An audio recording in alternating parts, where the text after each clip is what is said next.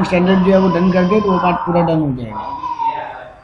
जी sir. देखो यहाँ पे थ्योरी पार्ट में क्या है, आपको बताता है कि अकाउंटिंग स्टैंडर्ड जो स्पेसिफिकली कौन कौन सा एप्लीकेबल है with comparative provision under Indian as. हम आपको एक बार पहले भी बोला था कि हमारे यहाँ पे अकाउंटिंग स्टैंडर्ड्स है, फॉरेन में क्या चलता है, international financial reporting framework IFRS, ठीक है।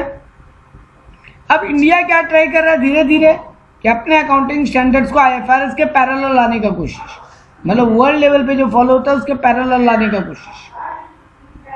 लेकिन एक बार में नहीं कर रहा इंडिया बोलता है हम इंडियस बनाए, जो कि आप पढ़ोगे भी जब आप ग्रुप 2 का अकाउंट पढ़ोगे, ठीक है। तो इंडिया बोलता है हम लोग इंडियस बना रहे हैं, तो धीरे धीरे हम लोग अपने अकाउंटिंग स्टैंडर्ड को इंडियस में ले जाएंगे और फिर बाद में उसको IFRS के जितना पैरेलल ले आ सकते हैं, हम लोग एग्जैक्ट बनाने का कोशिश नहीं करेंगे। तो यहीं पर ये बात है कि अकाउंटिंग स्टैंडर्ड्स क्या है, उसको इंडियस में कैसे कंपैरिजन किया जा सकता है। तो सबसे पहले यहाँ पे थ्योरी में बोला डिस्क्लोजर ऑफ अकाउंटिंग पॉलिसीज। तो अकाउंटिंग स्टैंडर्ड 1 आपको क्या बताता है, अकाउंटिंग स्टैंडर्ड 1 बताता है कि अकाउंटिंग पॉलिसीज क्या होता है और उसका कैसे डिस्क्लोजर होना चाहिए। तो this standard deals with disclosure of significant accounting policies followed with the preparation and presentation of financial statement। तुम्हारा फाइनेंशियल स्टेटमेंट कैसे बनेगा, कैसे प्रेजेंट होगा, इसको लेके तुम्हारा अकाउंटिंग पॉलिसीज को कैसे डिस्क्लोज करना है, इसके बारे में AS1 बात करता है। The accounting policy refers to the specific accounting principle adopted by the enterprise. यहाँ पॉलिसीज का मतलब क्या है, तो यहाँ पे क्या बोला है, अकाउंटिंग पॉलिसीज क्या होता है सर, वो प्रिंसिपल्स जो आपका एंटरप्राइज अडॉप्ट करता है अपने अकाउंट्स को बनाने के लिए, उनका प्रॉपर डिस्क्लोजर करना चाहिए, ये बात AS1 बोलते हैं। वुड एंश्योर, उसका डिस्क्लोजर करने से क्या होगा, it will ensure meaningful comparison both inter and intra enterprise. आप अपने पिछले साल से भी उसको कंपेयर कर पाओगे और दूसरे ऑर्गेनाइजेशन से भी कंपेयर कर पाओगे। इंटर माने आउटसाइड द ऑर्गेनाइजेशन, इंट्रा माने विद इन। और जो आपके अकाउंटिंग के यूजर्स हैं, जो आपके अकाउंटिंग इंफॉर्मेशन को देख के डिसीजंस लेते हैं, आपके investors, proposed investors, share holders, आपके क्रेडिटर्स, गवर्नमेंट एजेंसीज, उनको भी एक प्रॉपर अप्रोप्रिएट ओवरव्यू मिलता है आपके फाइनेंशियल स्टेटमेंट्स के बारे में, इन प्रिंसिपल्स को देखते हैं, ठीक है। तो देखो यहाँ पे बोला कि अलग अलग एंटरप्राइजेस अलग अलग टाइप का अकाउंटिंग पॉलिसी फॉलो करता है। जैसे क्या क्या चीजों के बारे में यहाँ बात किया कि मेथड ऑफ डिप्रिसिएशन, अब कोई WDV कर रहा है, कोई SLM कर रहा है, कोई यूनिट मेथड पे कर रहा है। Treatment of expenditure during constructions, जब कंस्ट्रक्शंस होता है तो उसका, आप याद है एक ना कॉस्टिंग में एक चैप्टर पढ़ते हो कंस्ट्रक्शन कॉन्ट्रैक्ट्स वाला, उसमें आप पढ़ते थे ना कि एक बिल्डिंग को बनने में 4-5 साल लग जाता है, तो क्या होगा उसका हर साल PL में कितना ट्रांसफर, कैसे अकाउंटिंग होगा, उनके बारे में ये अलग अलग बात आपको राय दी है। आप जो मर्जी है वो फॉलो कर लो उनमें से। AS11 आप पढ़े हो फॉरेन करेंसी के बारे में, AS2 आप पढ़ते हो, आप लोग नहीं पढ़े हो बट पढ़ते हो इन्वेंट्रीज के बारे में, इनटेंजिबल एसेट्स के बारे में क्या बोलता है, इन्वेस्टमेंट के बारे में, रिटायरमेंट बेनिफिट AS15, ये आप अभी नहीं पढ़े, ग्रुप 2 में पढ़ोगे। Recognition of profit on long term contracts, fix asset का वैल्यूएशन AS10 जो आप पढ़े भी हो, PPE, कंटिजेंट लायबिलिटी को कैसे बुक में रिकॉर्ड करें, ये सब को लेके बहुत सारे अकाउंटिंग प्रिंसिपल्स में अलग अलग गाइडलाइंस है, अकाउंटिंग स्टैंडर्ड में अलग अलग प्रिंसिपल्स या गाइडलाइंस है, तो आपको उनमें से कुछ अडॉप्ट करके अपने अकाउंट्स में अप्लाई करना होता है, ठीक है। अब ये प्रिंसिपल जब आप फॉलो करते हो, कुछ एक एजम्पशंस है अकाउंट्स के, ये आप क्लास 11 के अकाउंट्स में भी पढ़े हो, लेकिन अच्छे से दोबारा सुन लेना। कुछ इंपॉर्टेंट एजम्पशंस, कुछ बेसिक सर्टेन एजम्पशंस जो एक कंपनी को अकाउंट बनाते वक्त एज्यूम करके चलना चाहिए और उनके अकॉर्डिंगली आपको डिस्क्लोजर देना होता है। जैसे बोला गोइंग कंसर्न, माने आपका बिजनेस 1 साल में बंद नहीं होगा, ये आप मान के चल रहे हो। कंटिन्यूइंग ऑपरेशंस रहेगा आपका बिजनेस का, ये आप मान के चल रहे हो।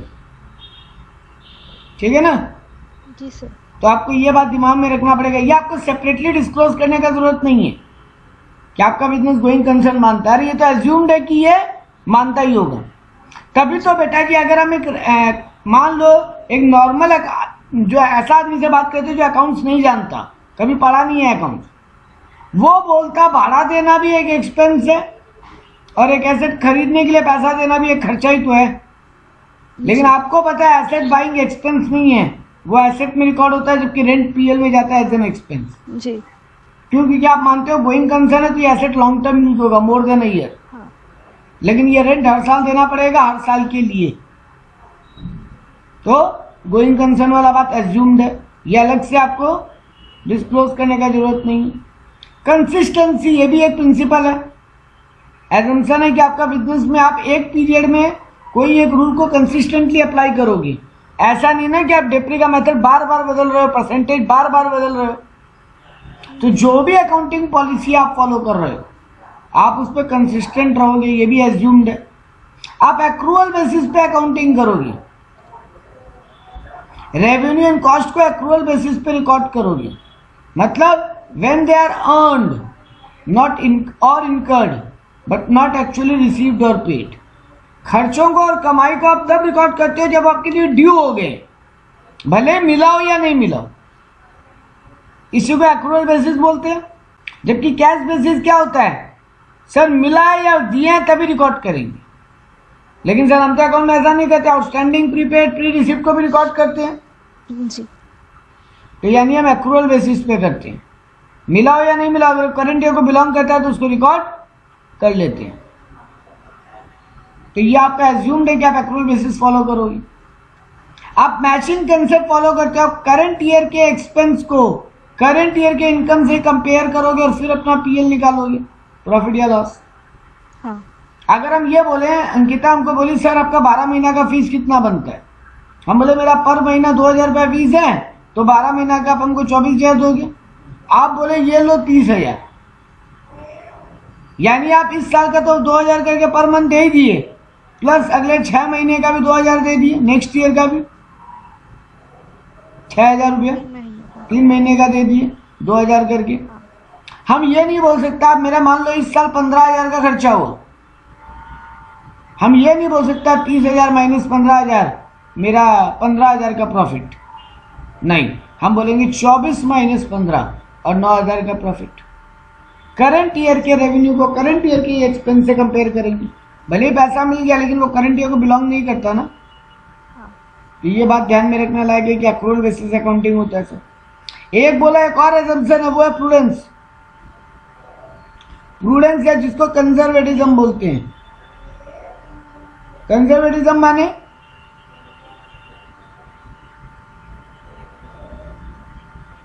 ये वर्ड सुने हो?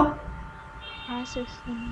कंजर्वेटिज्म का मतलब होता है बेटा कि अगर आपको फ्यूचर का कोई लॉस नजर आ रहा है भी कि हो सकता है तो book it now. Sir future क्या है? हाँ कोई बात नहीं, बुक कर लो। प्रोविजन बनाते हैं ना, प्रोविजन फॉर बैड डेट। हाँ। लेकिन अगर आपको लग रहा है कोई फ्यूचर में गेन होगा तो उसका वेट करो, वो होगा तब बुक करना। हाँ। दैट इज योर कंजर्वेटिज्म और प्रूडेंस बेसिस। ठीक है। एक और बहुत बढ़िया एजम्पशन है, substance over legal form.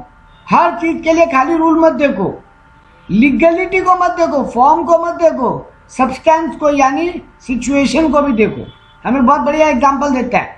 Generally डेप्री कौन क्लेम करता है? जो एसेट का मालिक। हाँ। अगर हम आपको रेंट पे एसेट देता तो आप डेप्री नहीं क्लेम करते? नहीं ना, नहीं। हम क्लेम करते हैं क्योंकि मेरा एसेट है। जी। बट अकाउंट बोलता है कि जनरली यूजर को डेप्री क्लेम करने दो।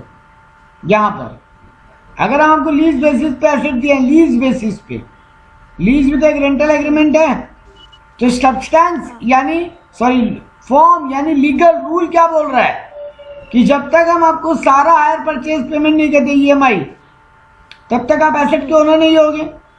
जी।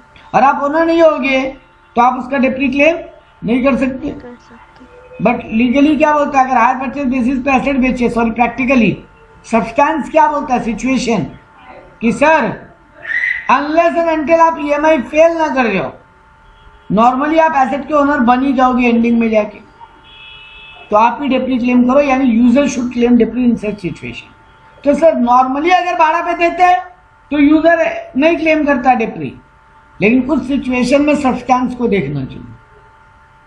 हर समय लीगल फॉर्म पे बात मत करो कि लीगलिटी या लॉ क्या बोल रहा है, रूल क्या बोलता है।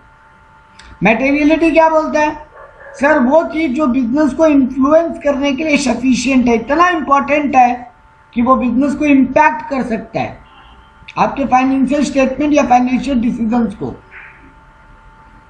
उनको सेपरेटली रिकॉर्ड करो, उनको प्रॉपरली डिस्क्लोज करो।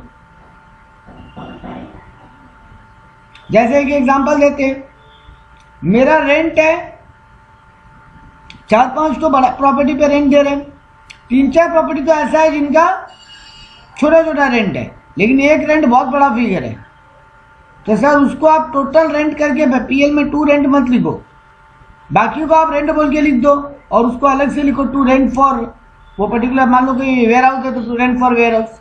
मतलब मटेरियल है ना बहुत इंपॉर्टेंट है, बड़ा फिगर है जो इम्पैक्ट कर सकता है डिसीजन मेकिंग को या फैंसी स्टेटमेंट को, उसको आप फेयरली प्रेजेंट करो, मतलब उसको ऐसे दिखाओ कि सबको अलग से नजर आए, वो इंडिविजुअली दिखे वो जी। इसको एग्रीगेट में मत डाल दो, ठीक है। ये साइज ऑफ द आइटम पे डिपेंड कर रहा है, उसका फिगर पे रेलेवेंसी पे डिपेंड करता है कि तुम्हारे बिजनेस को कितना इम्पैक्ट कर सकता है, ठीक है ना। तो ये नजर रख के डिसीजन वही हो गया ना बेटा, मेरे गोडाउन में 3 लीवर पड़ा है 1-1 लाख रुपए का, और 100 कील पर 1 लाख कील पड़ा है, 1 करोड़ कील पड़ा है 10-10 पैसा वाला, कौन सा ज्यादा इंपॉर्टेंट है, कौन सा चोरी नहीं हो जाए ये ध्यान रखना पड़ेगा। वो 3 लीवर कील का है, 3 लीवर बेटा, कील का अमाउंट तो ज्यादा होगा ना। कैसे होगा, 1 करोड़ कील, 1 कील का दाम 10 पैसा है, 10 करोड़। हाँ है 10 पैसा 1 कील का दाम, तो 10 करोड़। अच्छा तब यहाँ पे कील का, सॉरी मेरा गलती हो गया एग्जाम्पल, नहीं 1 करोड़ कील का 10 करोड़ कैसे होगा, 10 पैसा करके, नहीं मैं 10 करोड़ कील सुनी। 1 करोड़ कील 10 पैसा करके 1 कील, 1 रुपया होता तो 1 करोड़ होता, 10 लाख हुआ।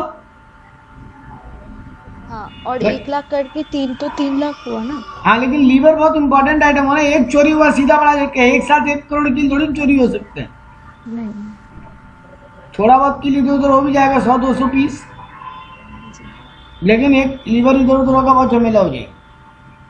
अगेन आपके ऊपर है, आप बोल सकते हो कि मेरे लिए वो मटेरियल है तो ठीक है, लेकिन आपको मटेरियलिटी जजमेंट करना पड़ेगा, ठीक है। तो जो आपके सिग्निफिकेंट है उसको थोड़ा ध्यान में रखो।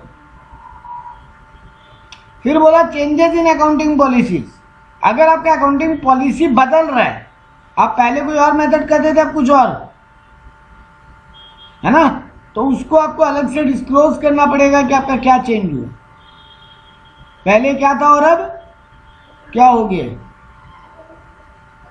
और उसका आगे जाके क्या इम्पैक्ट आ सकते हैं, ये दोनों बातें आपको डिस्क्लोज करनी पड़ेगी। अगर आपका अकाउंटिंग पॉलिसी चेंज हो रहा है तो क्या चेंज आया और उसका कितना इम्पैक्ट होगा, ठीक है। जैसे देखो यहाँ पे दिया, Jeevandeep limited has made a right issue of 2020, the offer document in its member had projected a surplus of 40 crore during the accounting year to be ended on 31 March 2022। तो एक ऑफर डॉक्यूमेंट लेकर आया जिसमें बता रहा, ऑफर डॉक्यूमेंट मतलब prospectus share बेचने के लिए, उसमें बता रहा उस कंपनी का प्रोजेक्टेड सरप्लस है 40 करोड़ 31 मार्च 2022 को होगा। The draft result to be year prepared by the followed accounting policy and presented pursuant to the board of directors shows the deficit of 10 crore. लेकिन अल्टीमेटली जब ड्राफ्ट रिजल्ट जब आया वो कितना बता रहा है, 10 करोड़ का डेफिसिट। आपका प्रोजेक्टेड क्या था 40 करोड़, लेकिन जब ड्राफ्ट रिजल्ट आया तो डेफिसिट 40 करोड़ का सरप्लस का बात था, जी और यहाँ डेफिसिट आ रहा है।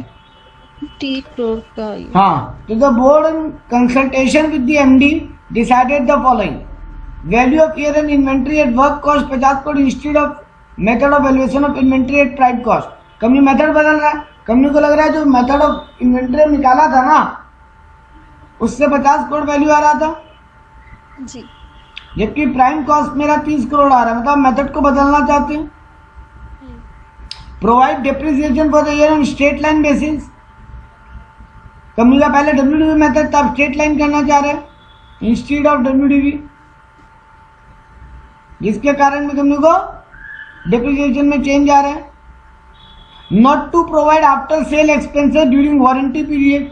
कंपनी को लग रहा है जो वारंटी पीरियड में खर्चा लग रहा है वो तो लग भी सकता है, नहीं भी लग सकता है ना, आफ्टर सेल्स एक्सपेंस उसको रिकॉर्ड नहीं करना चाहिए हमको, क्योंकि उससे भी मेरा फालतू का लॉस बढ़ रहा है। Provide for permanent fall in the value of investment. मेरे इन्वेस्टमेंट का वैल्यू अच्छा खासा गिर चुका है तो अब उसको भी बुक से राइट ऑफ करना चाहते हैं, तो ये सब कंपनी करना चाहते हैं। तो बोल रहा है according to AS1 in the case of change of accounting policy, क्योंकि कंपनी बहुत सारा अकाउंटिंग पॉलिसी बदल रहा है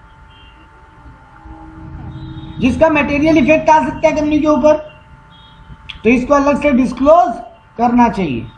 the amount by which any item in the financial statement is affected by such change shall be disclose. ये जो changes कर रहे हो उसे किस किस अमाउंट पे कितना कितना इम्पैक्ट आएगा, ये मैनेजमेंट को पूरा नोट्स टू अकाउंट्स में अलग से डिस्क्लोजर देना चाहिए। ठीक है, तो देखो जो ऊपर एक एक बात बोला वो चारों का डिस्क्लोजर का बात की, मतलब ये बातें नोट्स टू अकाउंट में अलग से क्लियरली दिखनी चाहिए ताकि कोई पढ़े तो वो समझ सके कि कंपनी में ये सब चेंजेस का बात हो रहा है और ये इम्पैक्ट आएगा। ठीक है,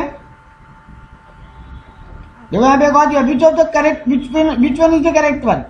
fundamental accounting assumption as per 1 are going concern, matching concept and consistency. ये है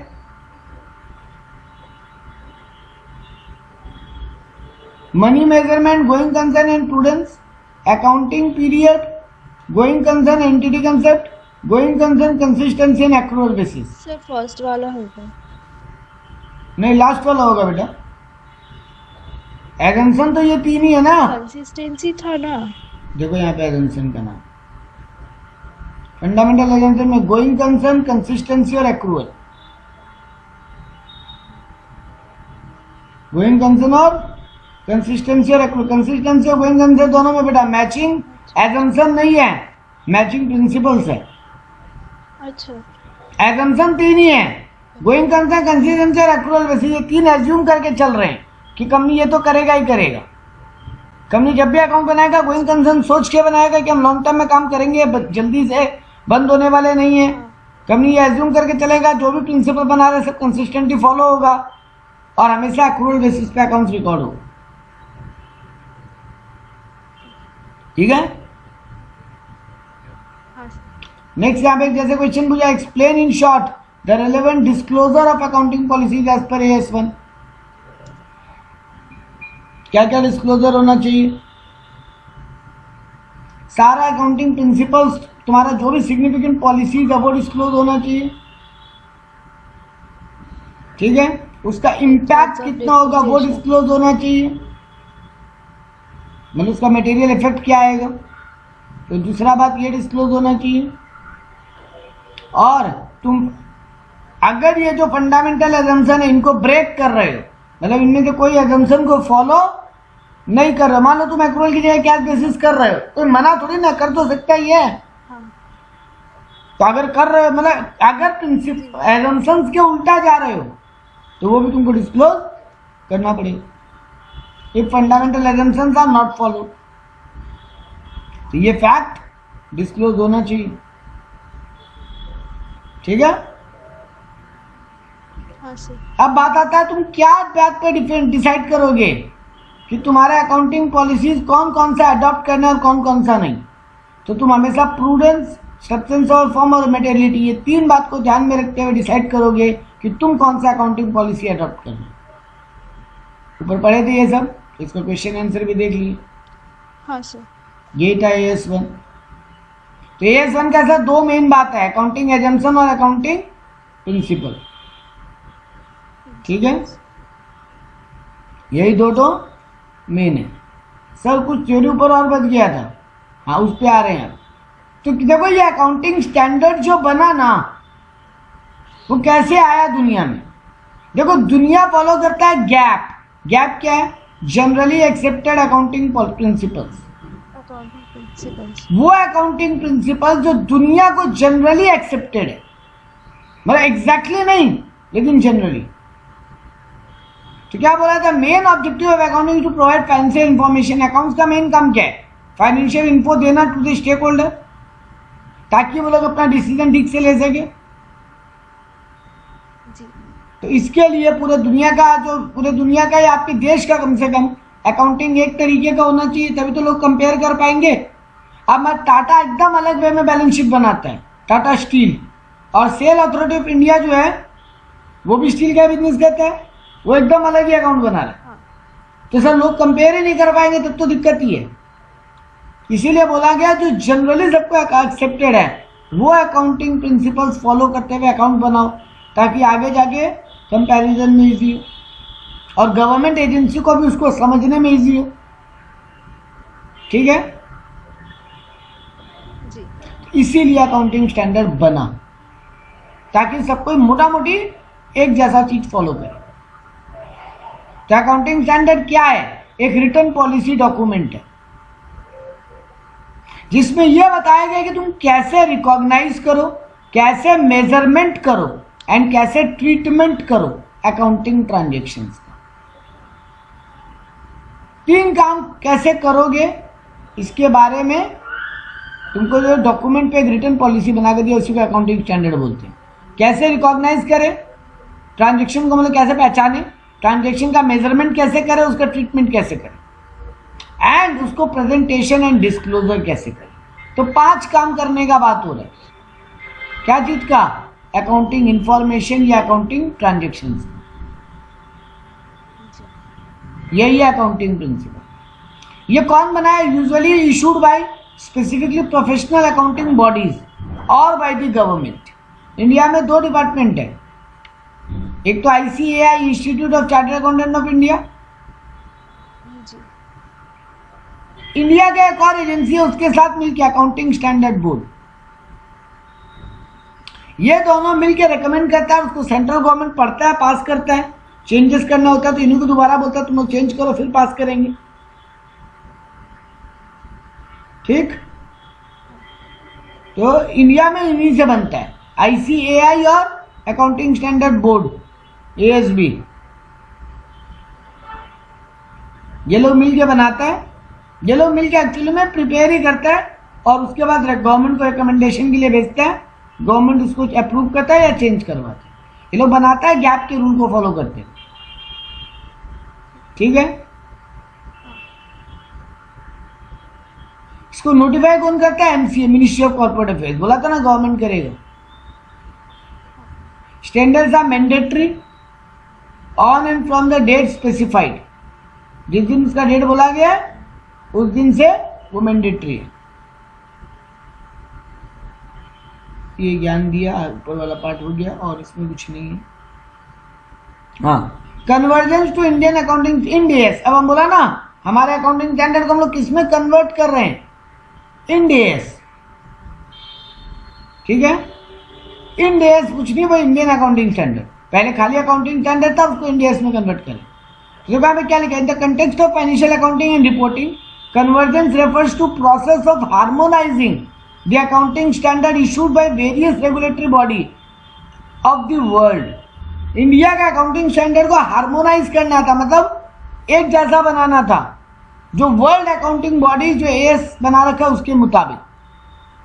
हमारा गोल क्या है? It refers to the goal of establishing single set of high quality accounting standard that will use international and in particular the effort to reduce difference between local generally accepted accounting principle and international financial reporting standard। हम क्या बोला? तुम्हारे यहाँ जो locally follow होता है और जो इंटरनेशनल फाइनेंशियल रिपोर्टिंग स्टैंडर्ड है उसके बीच में जो गैप है उसको जितना हो सके कम करना। गैप को रिड्यूस करने बोला, गैप को एलिमिनेट करने नहीं बोला। सर ऐसा क्यों? बेटा जी डिट्टो हर कंट्री के अकाउंट्स एक जैसा फॉर्मेट पे नहीं हो सकते। हर कंट्री का अपना अपना तरीका है, पैटर्न है, सिचुएशंस है। ठीक है सर, ये IFRS कौन बनाता है? तो इंटरनेशनल अकाउंटिंग स्टैंडर्ड बोर्ड। अरे इंडिया में अकाउंटिंग स्टैंडर्ड बोर्ड था, वहां पे इंटरनेशनल अकाउंटिंग स्टैंडर्ड बोर्ड है। ठीक सर, ये कन्वर्ट करने का 2 मेन एस्पेक्ट्स हैं। एक तो हम इंटरनेशनल लेवल पे कन्वर्जेंट हो जाए, मतलब उनसे हार्मोनाइज हो जाए, और मेरा नेशनल लेवल पे भी फिर सब कंपनी धीरे धीरे वही फॉलो करें, ताकि इंडिया में भी कंपैरिजन इजी हो और वर्ल्ड लेवल पे भी कंपैरिजन हो जाए, क्वालिटी बढ़ जाए। और इसमें कोई ज्ञानबाजी नहीं है। Applicability and scope of Indians. Sir हम लोग इंडियस तो पढ़े नहीं, हम लोग तो अकाउंटिंग स्टैंडर्ड पढ़े। सही बात। तो बोला and Ind AS are the Indian version of IFRS which global standard governing accounting aspects. Ind AS क्या है? IFRS का इंडियन वर्जन, जो कि ग्लोबल गवर्निंग स्टैंडर्ड जो है उसके मुताबिक। इसका मेन गोल है जितना हो सके IFRS से हार्मोनाइज होना। हम लोग धीरे धीरे इसकी तरफ बढ़ रहे हैं, पूरी तरीके से नहीं बढ़े। इंडियस का लिस्ट रेडी है पूरा, इंडियस का पूरा अकाउंटिंग प्रिंसिपल सब रेडी है, और हम लोग धीरे धीरे इंडिया में एप्लीकेबल कर रहे हैं। तो following are the timeline of applicable of Ind AS for companies other than bank, non banking, मतलब बैंक, NBFC, इंश्योरेंस को छोड़ के अदर कंपनी पे अभी एप्लीकेबल होना स्टार्ट हुआ, जिसमें फेज 1 1 अप्रैल 2015 ऑनवर्ड से चालू हुआ था। और फॉलोइंग कंपनीज के लिए अप्रैल 2016 से ये मैंडेटरी भी हो गया। जो कंपनी लिस्टेड है शेयर स्टॉक एक्सचेंज में, और या फिर जिसका नेटवर्थ है 500 करोड़ से ज्यादा, तो लिस्टेड एंड नेटवर्थ 500 करोड़ से ज्यादा, उसके लिए एप्लीकेबल हो गया अब Ind AS. Unlisted company having net worth equal to और more than 500 crore, share market में लिस्टेड नहीं है लेकिन नेटवर्थ 500 करोड़ से ज्यादा है। ठीक है, तो देखो क्या क्या बोला। कंपनी लिस्टेड इन इंडिया है उसके लिए applicable, company listed outside India है लेकिन इंडिया में बिजनेस प्लेस है और उसका नेटवर्क 500 करोड़ से ज्यादा है। अगर इंडिया में अनलिस्टेड कंपनी है और उसका नेटवर्क 500 करोड़ से ज्यादा है, और इनमें से किसी का होल्डिंग सब्सिडियरी JV है, एसोसिएट है, तो Indian listed company, company listed outside India but having place of business in India more than network 500 crore, और इंडिया में unlisted company but having net worth more than 500 crore, और इनमें से किसी का भी होल्डिंग सब्सिडियरी JV या एसोसिएट है, इनके ऊपर एप्लीकेबल हो चुका है 1 अप्रैल 2016 से। फेज 2 चालू हुआ है 1 अप्रैल 2017 से। All the company that are listed और in the process of listing in India या फिर outside India not covered in phase 1, मतलब 500 करोड़ से नीचे वालों को भी पकड़ लिया है ना। ऊपर क्या बोला? इंडिया में लिस्टेड या बाहर लिस्टेड और नेटवर्क 500 करोड़ से ज्यादा। और यहां क्या बोल दिया? जो ऊपर फेज 1 में कवर नहीं है लेकिन लिस्टेड है, तो कौन है? 500 करोड़ से नीचे वाला ही, तो उनको भी पकड़ लिया। अनलिस्टेड कंपनी जिनका नेटवर्क 250 करोड़ से ज्यादा है। सर ऊपर में पकड़ा था 500 करोड़ से ऊपर वालों को, यहाँ पे 250 करोड़ से ऊपर वालों को भी पकड़ लिया, और इनका होल्डिंग सब्सिडियरी इन पे भी एप्लीकेबल 2017 से हो चुका है। बाकी भी अभी इंडिया में एप्लीकेबल हुआ, मतलब नॉर्मल कंपनीज जो है जो इन लिस्ट में नहीं फॉलो कर रही है उनके लिए कौन सा अकाउंटिंग स्टैंडर्ड है? अकाउंटिंग स्टैंडर्ड जो नॉर्मल पड़ते हैं। ठीक है, बाकियों के लिए इंडियस एप्लीकेबल हो चुका है। क्लियर है? ऊपर बोला था लेकिन अदर देन कौन? बैंक, NBFC और इंश्योरेंस कंपनी। तब यहां पे बोला for scheduled commercial bank excluding regional rural bank, मतलब रीजनल रूरल बैंक को छोड़ के, तो कमर्शियल बैंक और NBFC या इंश्योरेंस कंपनी, इनके लिए भी क्या बोला यहाँ पे? अगर आप NBFC non banking financial company, तो आपके ऊपर 1 अप्रैल 2018 से एप्लीकेबल हो गया। लिस्टेड और अनलिस्टेड जिनका नेटवर्क 500 करोड़ से ज्यादा है या फिर कोई इनका होल्डिंग सब्सिडियरी ये भी है। और फेज 2 अप्रैल 2019 से NBFC with net worth of more than 500 crore whose equity और debt are listed in process, और लिस्ट प्रोसेस या तो लिस्टेड है या लिस्टेड होने वाला। और वही 250 से 500 करोड़ वाला, मतलब धीरे धीरे सब पे एप्लीकेबल हो रहा है, खाली जिनका 250 करोड़ के नीचे नेटवर्थ है उन पे अभी तक एप्लीकेबल नहीं हुआ। ठीक है। तो एक यहाँ पे बोला शेड्यूल कमर्शियल बैंक्स के ऊपर भी अप्रैल 2018 से एप्लीकेबल हो चुका है, इंश्योरेंस कंपनी में भी फाइनेंशियल ईयर 17-18 से एप्लीकेबल हो चुका है। तो अब धीरे धीरे हम लोग इंडिया की तरफ चले गए। तो ये था आपका इनका क्वेश्चन। ठीक है सर ये सब मैंडेटरी रूल्स तो नहीं है ना, मतलब गाइडलाइंस है? कौन सा वाला? अकाउंटिंग स्टैंडर्ड या इंडिया? देखो बेटा है गाइडलाइन, लेकिन तुम्हारा गवर्नमेंट बोलता है क्योंकि आईसीएआई बनाया है अकाउंटिंग स्टैंडर्ड बोर्ड की मदद से और हम लोग उसको अप्रूवल किए हैं, तो है तो गाइडलाइन, लेकिन तुमको मोटा मोटी ऐसा ही कुछ एप्लीकेबल तो करके चलना पड़ेगा। अब तुम अकाउंटिंग स्टैंडर्ड बोलो इंडिया बोलो, दोनों में से जो भी तुम्हारे ऊपर एप्लीकेबल, मतलब डायरेक्टली नहीं बोला कंपलसरी, बट इनडायरेक्टली बोल दिया यू हैव टू। ठीक है। देखो इसमें बुद्धि क्या किया ना बेटा, ये लोग बोला एक काम करो ना, हम लोग एक एक अकाउंटिंग स्टैंडर्ड के अंदर 3-3, 4-4 प्रोसेस बता दे रहे, तुमको जो अच्छा लगता है वो फॉलो करो, हम एक बोल के कंपलसरी नहीं कर रहे। जैसे डेप्री में 3-4 मेथड दे दिया ना, 3, अब तुमको जो अच्छा लगता है वो फॉलो कर लो। तुम जो अभी पीछे एएस पढ़े हो, हर एक के कैलकुलेशन का 2-3 तरीका दिया, तुम उनमें से कोई फॉलो करो। अच्छा सर नहीं कर रहे हैं उनमें से कुछ, मेरे पास मेरा ही पूरा अलग तरीका है, फिर नोट्स में पूरा डिस्क्लोजर दो उसका कि तुम कितना डिविएट कर रहे हो, क्यों डिविएट कर रहे हो। तुम्हारे पास है तो तुम्हारा तरीका, बिंदास करो, हमको कोई दिक्कत नहीं है, लेकिन फिर उसका डिस्क्लोजर दो कि तुम कितना डिविएट कर रहे हो, क्यों डिविएट कर रहे हो, उसका क्या इम्पैक्ट हो। तो इनडायरेक्टली तो बोल ही दिया ना कि मानना पड़ेगा। ठीक है सर, एएस 10 पढ़े हम लोग, ये सब पढ़ चुके हैं, एएस नहीं पढ़े, इनका क्वेश्चन आंसर देख रहे हैं जल्दी जल्दी। ठीक है। अच्छा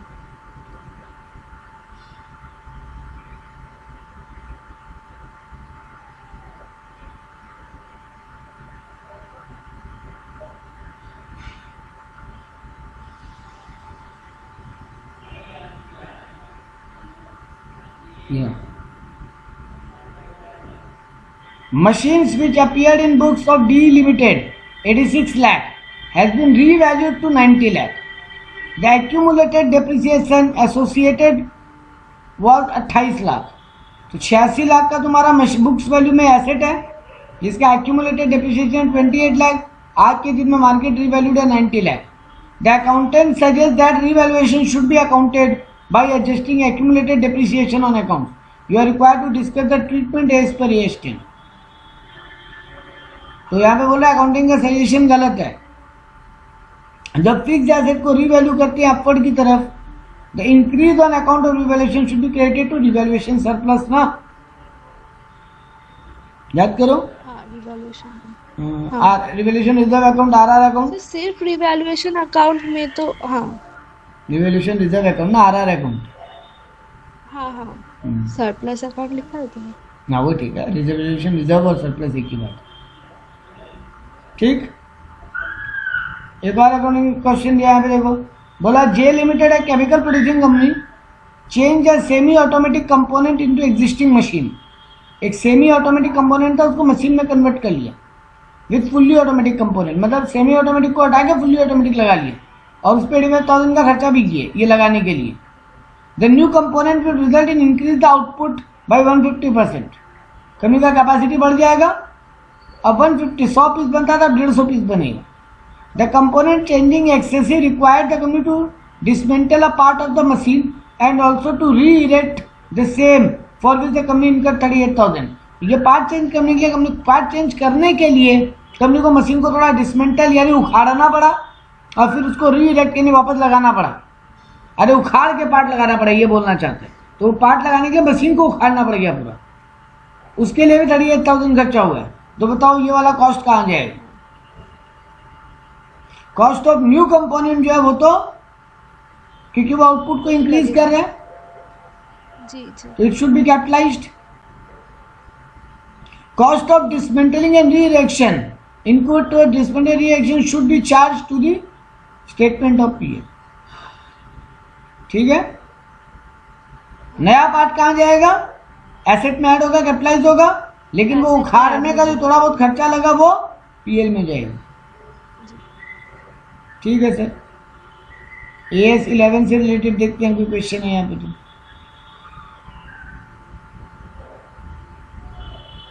ये जो उखाड़ है इसका मतलब डिफॉर्मेशन नहीं है ना? नहीं. अच्छा, अपने को एक चीज और पढ़ना है. ये इंड एस जो AS 11 उसकी जाए तो इंड AS 21 आ गया. ऊपर भी एक चीज था वो अपने पढ़ लेते हैं. रुकिए, वो मेरे नोट्स में नहीं है. यहाँ पे जैसे बता रहा है कि पहले अपने तो AS 10 पढ़े ना, अकाउंटिंग स्टैंडर्ड 10. हाँ. सिलेबस में तो वही है, लेकिन वो तो कन्वर्जेंट हो रहा है इंड AS में. तो इंड AS 16 है उसके बारे में. पीपीई के बारे में जो नया वाला इंड AS है उसमें इंड AS 16 है. तो बताओ क्या क्या बदला. तो देखो यहाँ पे क्या बोल रहे हैं, does not exclude real estate developers. Ind AS 16 में रियल स्टेट प्रॉपर्टी को भी ले लिया, लेकिन पुराने वाले में नहीं था. No recognition criteria for fix asset are laid out. Asset को रिकॉग्नाइज कब करे और कब नहीं करे उसके लिए कोई तरीका नहीं बताया. बट इंड AS 16 में उसके लिए तरीका बताया है कि कब फिक्स एसेट को रिकॉग्नाइज करना चाहिए. Do not require adoption of component approach. ये कंपोनेंट्स का भी अलग अलग कंपोनेंट का भी अप्रोच फॉलो करता है. Required organisation to choose cost model और रिवैल्यूएशन मॉडल. यहाँ पे बोला था कि पुराने में क्या बोलता था, रिवैल्यू करो, यही रिकमेंड था, है ना. रिवैल्यूएशन करो, वहाँ रिकमेंडेशन यही था. यहाँ पे दो रिकमेंडेशन है. अब तुम कॉस्ट मॉडल में भी जा सकती हो, दोनों ही रिकमेंडेड होंगे. पुराने में क्या था, तुम कॉस्ट मॉडल करो, लेकिन रिकमेंडेशन था कि अगर रिवैल्यू तुमको लगता है बार बार हो रहा है तो करना चाहिए. तो रिकमेंडेड रिवैल्यू था, बट दोनों मॉडल था. यहाँ भी दोनों मॉडल है, बट यहाँ दोनों रिकमेंडेड भी है कि तुम ये भी करो, वो भी अच्छे है. Change in method of depreciation is considered as a change in accounting estimate. पुराने वाले में नहीं था कि मेथड बदले, उसको अकाउंटिंग डिप्रिसिएशन का मेथड बदलने को चेंज इन एस्टिमेट नहीं मानते थे, नए वाले में मानते. Deal with fix asset that are owned jointly with others. Do not deal with jointly owned assets. पुराने वाले में क्या था, अगर हम अकेले मालिक नहीं है, हम किसी के साथ मिल के मालिक है, तो भी हम उस एसेट को रिकॉग्नाइज कर लेते थे अपने बुक्स में, अगर हम भी ओनर है तो. लेकिन नया वाला में बोलता है कि नहीं, ज्वाइंट ओनरशिप को ट्रीट मत करो तुम्हारा एसेट की तरह. Deal with fix asset that have been put for sale and that have been retired from active use.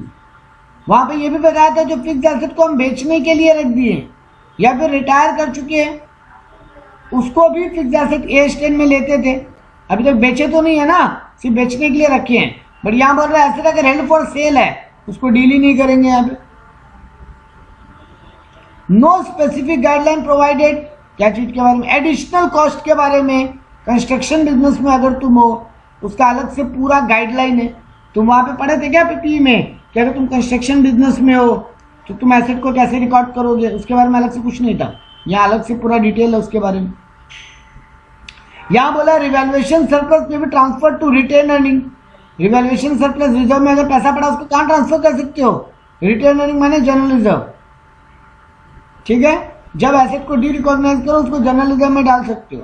But वहां क्या था, guidance note provide recycling of income statement, तुमको पीएल में डालने को जाता. ठीक है ना, लेकिन यहाँ क्या बोल रहे हैं, उसको जनरल रिजर्व में डाल दो. Gain on derecognition should be considered as revenue. नया वाला में बोला एसेट को अगर डी रिकॉग्नाइज करो और गेन हो जाए तो उसको अपने कमाई की तरह मानो, लेकिन वहां पे ऐसा कोई रिकमेंडेशन नहीं था. PPE acquired in exchange of non monetary asset is recognised as fair value. अगर एक नॉन मॉनिटरी एसेट दे के तुम दूसरा नॉन मॉनिटरी एसेट ले रहे हो तो यहाँ बताया नया वाला इंड AS में कि उसको फेयर वैल्यू पे ट्रीट करो. बट वहां बोला था पीपीई एक्वायर्ड इन एक्सचेंज और recorded as a net book value of asset given up. ये पढ़ा था ना, जो एसेट गिवन अप है उसका वैल्यू लो अगर गिवन है तो. किए थे ना सम्स, जो एसेट के बदले में हम एसेट दे रहे हैं तो जो एसेट दे रहे हैं उसका वैल्यू ले लेते थे, नया वाला एसेट का वैल्यू. अगर गिवन नहीं होता तो न्यू एसेट का वैल्यू, तो है ना, याद आया. हाँ सर, हाँ। और यहाँ क्या बोल रहे हैं, नई जो एसेट दिए हो सेकेंड हैंड पुराना वाला, उसका वैल्यू को नया एसेट का वैल्यू मत मानो, फेयर वैल्यू को लो नया एसेट का वैल्यू, मतलब मार्केट का फेयर वैल्यू पता करो और वो नया एसेट का वैल्यू रिकॉर्ड करो। तो सर ये डिफरेंस बिटवीन दोनों एक बार जान के रखो, एग्जाम में पूछने का चांस कम है बट जान के। सिमिलरली आपको जो AS11 से AS21 हुआ, AS11 क्या था सब फॉरेन एक्सचेंज वाला बात, वही हो गया इंड AS21। अब यहाँ भी 2-3 छोटा मोटा चेंजेस हुआ।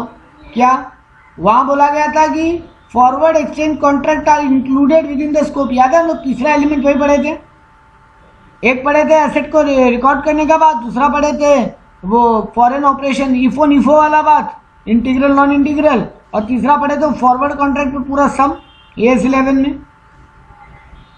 हाँ सर, जिसका जर्नल एंट्री थोड़ा सा हम बोले तो ध्यान रखना।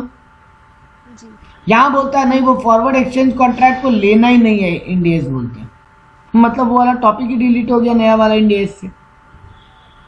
ठीक है, उसको AS11 का पार्ट अकाउंटिंग स्टैंडर्ड का पार्ट यहाँ वाला में नहीं माना, पुराना वाला में मानता था। Accounting of foreign operations is based on integral and non integral, इफो पढ़े थे जी। लेकिन यहाँ बोलता है नया वाला इंडियस बोलते हैं based on functional currency approach. ठीक है, खाली नाम याद रखो। पुराना वाला में बोला था ना कॉल ऑप्शन पुट ऑप्शन भी रिकॉर्ड होता है, डेरिवेटिव्स, यहाँ बोला नहीं वो सबको रिकॉर्ड ही नहीं करना। Presentation currency could be different from local currency. हाँ यहाँ पे क्या बोले, ये क्या टॉपिक था, बुकिश करेंसी से अलग हो सकता है डीलिंग करेंसी, तो जो डीलिंग करेंसी है वो रिकॉर्ड करो, ये हो सकता है। यहाँ बोला उसके बारे में कोई गाइडलाइन ही नहीं थी। ठीक है, अभी आपको अकाउंट इंड AS नहीं पढ़ने, चलो एक सम करते हैं AS11 के ऊपर। During the financial year 21-22 Z Limited an e-commerce firm entered into a foreign currency transaction related to fees for technical service paid to a Lucas Limited। तो एक इंडियन कंपनी है जेड्स लिमिटेड, वो e commerce transaction में enter हुआ foreign currency transaction का, जिसमें fees देना है उसको टेक्निकल सर्विस के लिए, कोई लूकस लिमिटेड को, जो कहाँ का है, अटलांटा बेस्ड ऑर्गेनाइजेशन है, मतलब USA का है। The transaction was for $24,000 which was entered on 7/12/2021। The payment of the same was made on 20 May 2022 sorry, मतलब ईयर चेंज हो रहा है, 21-22 यानी मेरा अप्रैल से मार्च है, और ये तो मई 22 में जाके हो रहा है। तो याद है इसमें पढ़े थे जब 2 अलग ईयर में डील हो तो अपने को 31 मार्च के दिन भी एंट्री करना पड़ेगा, जी। तो वही है उस रेट पे हाँ। एंट्री करेंगे फिर। हाँ, हाँ, पहले ट्रांजेक्शन वाला डेट पे एंट्री करेंगे, फिर 31 मार्च के दिन देखेंगे एसेट का वैल्यू बढ़ रहा है तो बढ़ा हुआ रिकॉर्ड करेंगे, घट रहा है तो घटा हुआ रिकॉर्ड करेंगे, और फिर जिस दिन बेचेंगे अगर, या जिस दिन सॉरी पेमेंट कर रहे हैं, पेमेंट डेट आ रहा है उस दिन भी हाँ, एंट्री करेंगे पेमेंट का, इनका करेंसी और फिर प्रॉफिट लॉस देखेंगे 31 मार्च के हिसाब से। चलो देखते हैं, यहाँ पे बोला आपको 7/12 जिस दिन ट्रांजेक्शन एंटर किए तो उस दिन डॉलर का भाव था 68.8, एक अब एक का क्यों दिए, एक का क्या करेंगे पता नहीं, दिए एक को वैल्यू है 68, 31 मार्च को भी वैल्यू दिया है, और जिस दिन पेमेंट करो उस दिन का भी वैल्यू दिया। हमको सर 1 जनवरी का वैल्यू से कुछ नहीं करना ठीक है, हमको 7/12, 31 मार्च और 20 मई जिस दिन पेमेंट हो रहा है वो 3 डेट से मतलब। आपको बोल रहा है ascertain the amount at which the transaction would get recognized in the books and calculate the amount of foreign exchange gain or loss to be recorded in financial year 21-22 and 22-23। तो देखो क्या बोल रहा है, as per AS11 foreign currency transaction should be recorded at initial recognition in the reporting currency। जिस दिन transaction हुआ उस दिन पे रिकॉर्ड होगा पहले तो वो किस दिन रिकॉर्ड होगा सर 7/12 को। 7/12 को डॉलर का रेट क्या है 68.8, और आपको कितना डॉलर पेमेंट करना है $24,000, तो 24,000 इंटू 7/12 सॉरी 68.8, तो आपका 16,51,200 रुपये आपको देना है। आप टेक्निकल सर्विस लिए हो तो fees for technical service account debit to वो जो भी पार्टी का नाम, ठीक है। और 21-22 क्या होगा? 31-3 के दिन तुम्हारा मार्केट वैल्यू क्या हो गया, घटा है कि बढ़ा है, देख लो। सर 31-3 के दिन मार्केट वैल्यू बढ़ गए। हाँ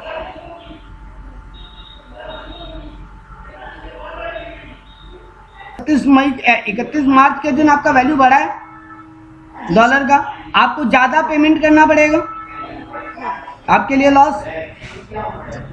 तो outstanding fees of technical service should be reflected in the balance sheet. कितना आउटस्टैंडिंग फीस होगा सर? अब 70.45 पे रिकॉर्ड करेंगे, मतलब 16,90,800। तो जो भी डिफरेंस है, यानी कितना का डिफरेंस आ रहा है 39,600 को, उसको पीएल में एज अ लॉस बुक करना पड़ेगा, एक्सचेंज लॉस। फिर आएगा 2022-23, फिर आपको देखना पड़ेगा जिस दिन पे कर रहे हैं उस दिन कितना दाम है, तो उस दिन डॉलर और बढ़ गया। लेकिन कंपैरिजन किस रेट से करेंगे? 31 मार्च वाला रेट से। हाँ, तो 31 मार्च वाला रेट से आपको जो भी प्रॉफिट लॉस हो रहा है, 17,16,000 माइनस 16,98,800, आपका 25,200 का फिर से लॉस। तो बस यही यहाँ पे बुकिंग करना, ठीक है। हाँ सर ठीक है। ये वाला सम में मोटा मोटी सेम ही है। बोल रहा है भाई मशीन परचेज किया है ₹216 लाख में, रुपीज है यहाँ पे।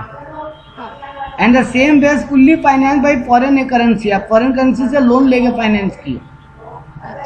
एक्सचेंज रेट उस दिन बता रहा है जिस दिन आप लोन लिए उस दिन, और फिर 31 मार्च के दिन में, क्योंकि आपका वो ये कौन सा एसेट हो गया बेटा, वहां पे गुड्स परचेज कर रहे थे जी। यहाँ मशीन परचेज की हो। तो याद है 2 टाइप का एसेट के बारे में पढ़ रहे थे जब इस चैप्टर को पढ़ रहे थे। उसमें क्या रूल था, 31 मार्च से कोई मतलब नहीं है ये सब एसेट के केस में। मेरे को एक मिनट को वो पीडीएफ, डॉलर पेमेंट तो लोन के लिए है, तो यहाँ पे लोग क्या किए, 21,60,000 जो था उसको 67.5 से डिवाइड किया, मतलब जिस दिन ट्रांजेक्शन हुआ उस रेट से डिवाइड किया, तो आगे $3,20,000 चुकाने हैं। एक्सचेंज लॉस आपका on payment of first instalment. अच्छा, यहाँ पे इंस्टॉलमेंट डॉलर 3 लाख, तो डॉलर में अपने को पेमेंट करना पड़ेगा ना बेटा। अब तो फॉरेन करेंसी में लोन लिए हो, आपका इंडियन रुपीज में मशीन है 2,16,00,000, 21,60,000 सॉरी, नहीं 2,16,00,000, 2,16,00,000 का आपका मशीन है, ठीक है, लेकिन वो तो रुपीज में है।